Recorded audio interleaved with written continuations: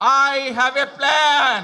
করব কাজ, গর্ব দেশ, সবার আগে বাংলাদেশ। আপনাদের সাথে আবার 12 তারিখের পরে দেখা হবে। কোথায় দেখা হবে? খাল খনন কর্মসূচিতে দেখা হবে। খাল খনন কর্মসূচি, সবাইকে কোদাল নিয়ে আসতে হবে। পারবেন? ম্যাটারই ছিল না। এইবার আসেন, আপনি প্রতিশ্রুতি দেওয়া, সবাই প্রতিশ্রুতি দেয়। আপনি এখানে এসে জানলাম যে 20,000 কিলোমিটার খাল খনন করবে আর 50 কোটি বৃক্ষরোপণ করবে। আপনি লিখে রাখেন, জাস্ট নোট ইট ডাউন। আদৌ বাস্তবসম্মত কিনা আমি ইতিমধ্যে ক্যালকুলেট করলাম। 20,000 কিলোমিটার খাল খনন মানে যদি 5 বছর মেয়াদ পায় নাকি 5 কোটি। আপনি ভালো করে দেখেন, 50 কোটি। আপনি টিভি স্ক্রলে দেখছেন, আপনি এখানে লেখা আছে কয় কোটি। এখন আসেন, শেষ করি আপনাকে।